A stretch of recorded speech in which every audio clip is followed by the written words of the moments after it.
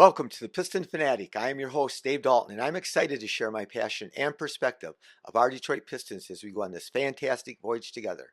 I've been a diehard Piston fan since the days of Dave Bing and Bob Lanier. I've also been the varsity basketball coach of a very successful program in northern Michigan. Thank you very much for listening. Please subscribe. All our Pistons won another one on the road, 117 to 114 over the Lakers. We're going to talk about that game today. We're also going to talk about Bobby Marks to talk to a bunch of NBA executives and ask them who they think controlled the trade deadline for this coming year. It's February 6th. And they said overwhelmingly the Detroit Pistons because of our, $14 million in cap space. So we're going to discuss that. We're going to talk about the Eastern Conference Player of the Week, Cade Parker Cunningham. And, he's Player of the Week. My contention is he should be Eastern Conference Player of the Month for December. So he just added a little bit onto that last night with a win. So we'll see what happens there. We're going to talk about that. We're going to get in, like I said, we're going to dive into the game and what a lot of things that went on during the game that are interesting and towards our future. But the Lakers, we swept the Lakers. We played them. We only play them twice a year, and we beat them both times. So that was cool. We didn't score the last 3 minutes of the game tonight, so that was scary. We were coming down the stretch. We couldn't put the ball in the basket. Beasley missed a three, and with 30 some seconds left, we ran the offense down.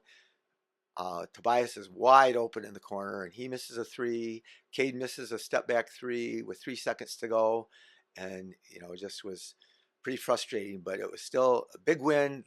Cade said afterwards, they interviewed him. He said, "We feel good." And you could see it. They, on the camera, they caught Holland and Ivy doing a little dance together, and showed after Cade was interviewed, he hugged Jalen Rose. I'll remember this. Jalen Rose had this show I used to like to watch, Jalen and Jacoby, that was on ESPN, and I still remember when the Pistons won the lottery, and Jalen is he's at the game last night, but during his show, he said Detroit basketball when we got the #1 pick, and he was all fired up that we were going to get Cade Cunningham, and he's been, a big supporter. So that was cool to see him and Cade hug, and yeah, nice win. The Lakers. It was a close game the whole game. We got a little bit behind in the first quarter, and then we fought back at the end. We were down by at least 10 or 12, and then we fought back, and Fontecchio banked in a three at the buzzer, and then he scored 7 straight points and helped us propel us to the win. Our bench was huge tonight. Our bench was the difference. The Lakers have a terrible bench. They have quite a few players injured, but not key players. But they have most of their starters are all playing. But we outscored their bench, and our bench scored like 54 points last night. And so that was huge for us. And another thing I'd like to say is I didn't cover the Suns game. I was out of town, but the Suns and the Lakers both have older teams, especially their starters. And what happens when you have an older team, they don't typically win because they don't get the loose balls, but they're also terrible in transition. They don't rotate as fast on defense. And just, you could see that in the Suns game also, where we just out hustled them. And we put out there, especially when we put out, Ron Holland and Ivy and Asar, they were 9 for 12 last night. Asar and Holland combined 9 for 12, and they didn't play very many minutes. It seemed like they played more, but Asar only played 16 and Holland only played 13. But they impacted the game with their energy and their speed and their hustle and their defense. And Holland made a steal and did a really cool reverse dunk. And yeah, I know Kelser, and they said that he better make that. And Johnny Kane, that better, if you're a rookie and you miss that dunk in a game and you're trying to do a little bit of showboat, and then you're going to be on the bench if you missed it. But he made it. So anyway, another thing that happened last night is Jaden Ivey. He was struggling. He got off to a great start this year, and then the last 2 weeks or so he struggled. He was dealing with multiple injuries. His knee was the one that really finally held him out of the games. He missed 2 games, which is, I don't know how many days he got off, but he got a lot of days, quite a few days off, and I think it just, helped him recharge his battery.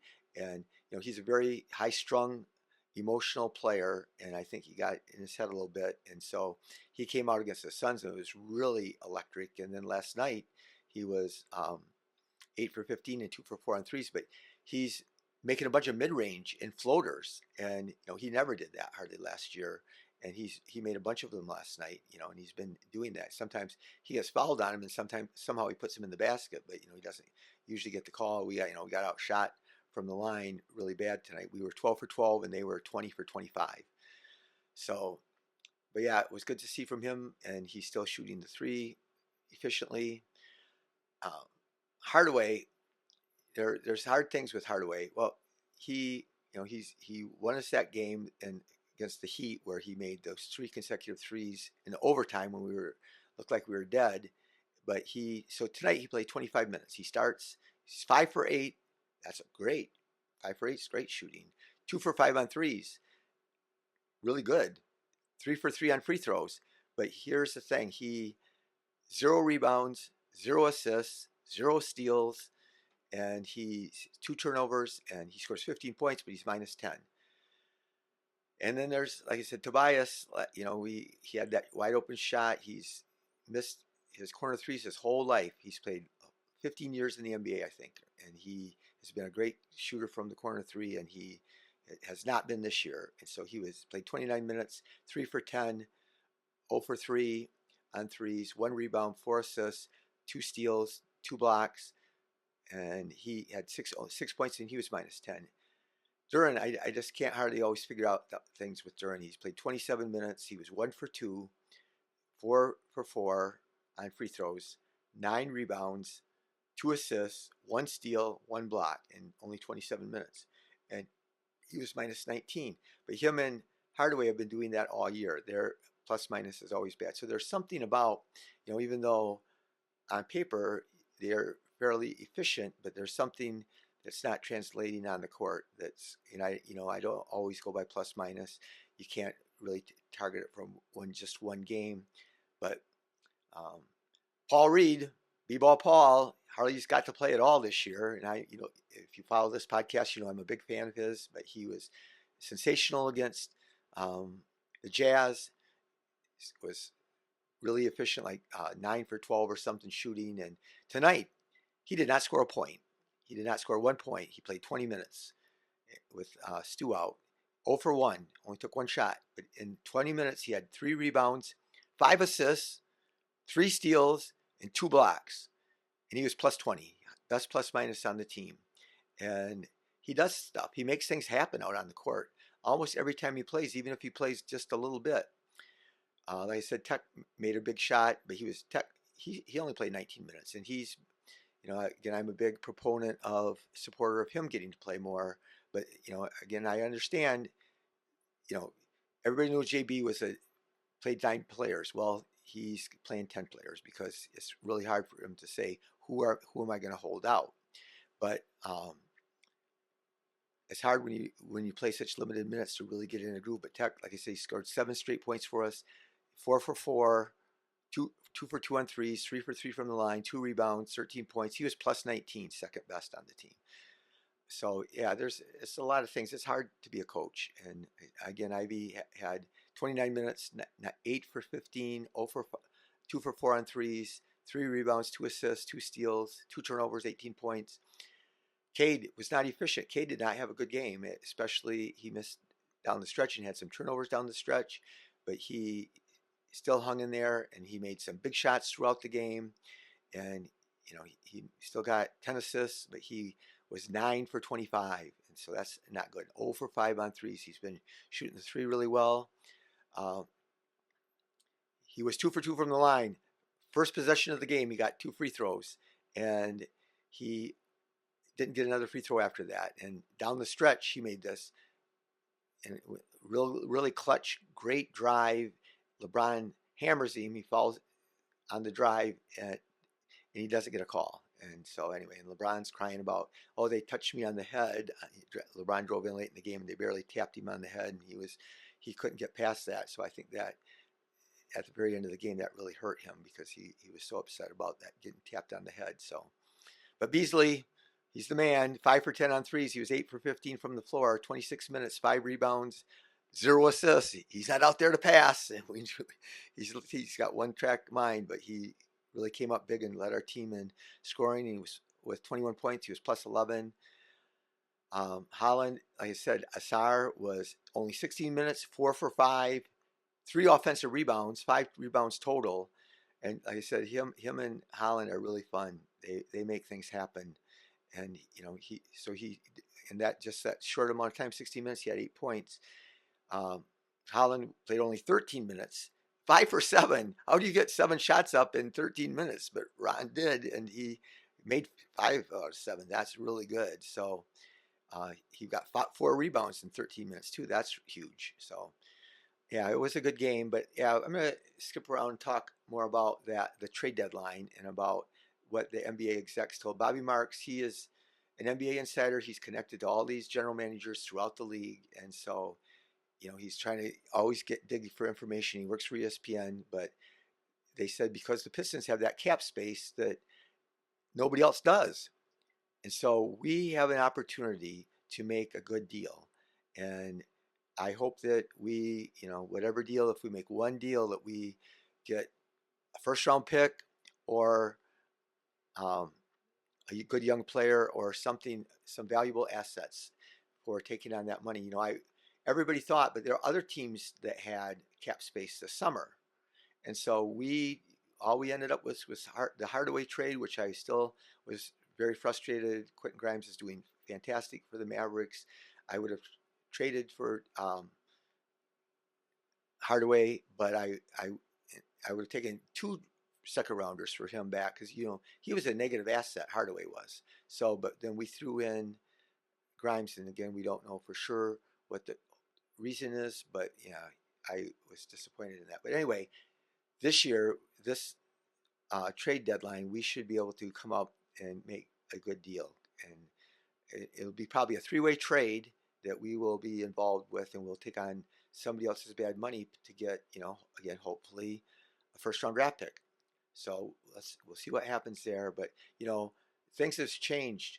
I gotta believe. So Trajan, everything he said and did made me believe, and I felt it was pretty obvious. A lot of people didn't. I don't feel the same way, that he was wanting us to win. He wanted the players to show growth and be competitive and win games. But he still, I think, was wanting to get a high draft pick, top 5 draft pick. And so, again, my preference was that we would win close to 32 games or whatever and get in the bottom 5. But things have changed. We're winning more than we thought we would have. I thought we were going to win 32 games this year, and then now we're on pace to win more than that. And so we'll see this. We still could easily lose a lot of games, but the problem is there are so many teams now that have got off to bad starts that thought they might be competitive, but now they are going to be tanking, and we are not going to be tanking, I don't think. And so it's going to be hard for us to. There's a good chance that Philly still could leapfrog us, but we have a good schedule. And like I said, Cade Cunningham, Player of the Month, Player of the Week, Eastern Conference Player of the Week. But I think that he should be Player of the Month. So this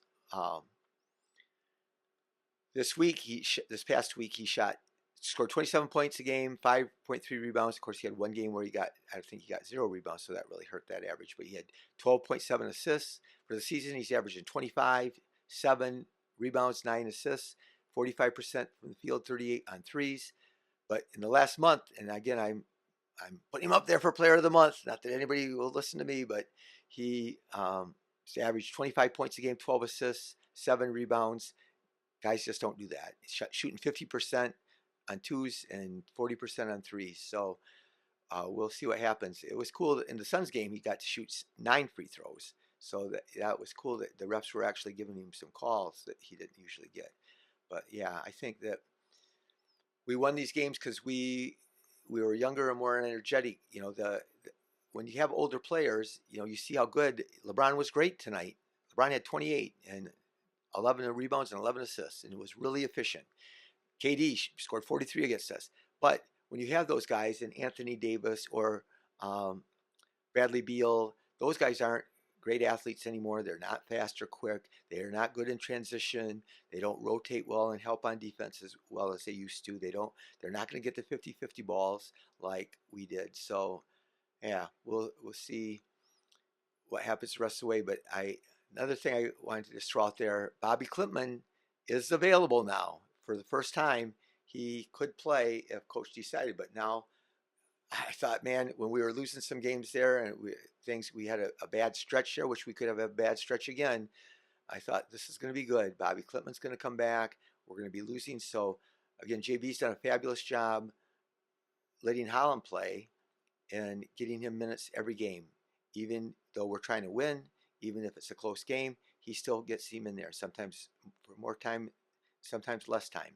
But um, yeah, we'll see what happens with Bobby Klintman. If somebody gets hurt, then like when Tobias and Hardaway both were hurt, then maybe there's some minutes. But my thing is you know play Tobias less, play Hardaway less. If they're cooking that night, play them more. If they're not, let these other guys play more. So it'll be interesting to see how things play out, and if we end up actually trying to tank, which again I don't think that we will.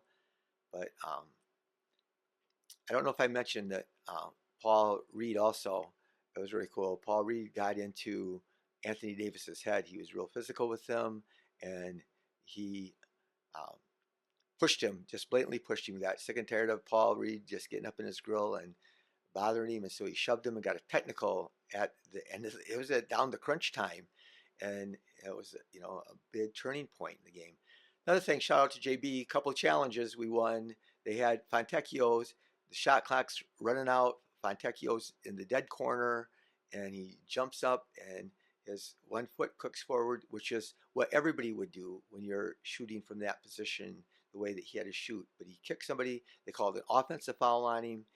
JB appealed it, and we won the appeal. So, but he stepped on the line, so it ended up being a 2. But still, he won that one. And then down the stretch, Anthony Davis, the star, drove in, and they called a foul on Tobias. And JB's challenged it, and the replay clearly showed that he only touched the ball, not the player. And so that was a good challenge also. The big question was at the end of the game, like I said, we just scored the last 3 minutes. LeBron had a wide open 3 that, Anthony Davis picked off Cade, and he wasn't even close. It was a deep, deep 3, but he had a really good look at it. I've seen LeBron make that shot before, but fortunately he missed it. So yeah. Anyway, lots of things going on in the Piston world, and I'm going to be out of town for Christmas, so I won't be doing anything after the Kings game or I might do the Kings game, but I probably won't be able to do one after the Nuggets game. So anyway, it's going to be an exciting time for the Pistons. Like I said, we swept the Lakers this year, and we won 2 in a row on the West Coast trip, which is usually, nobody usually wins on the West Coast, especially our Pistons over the last 10 years. And so that was really cool to see them win that game. So thank you for listening. Enjoy your family. Merry Christmas, and God bless you.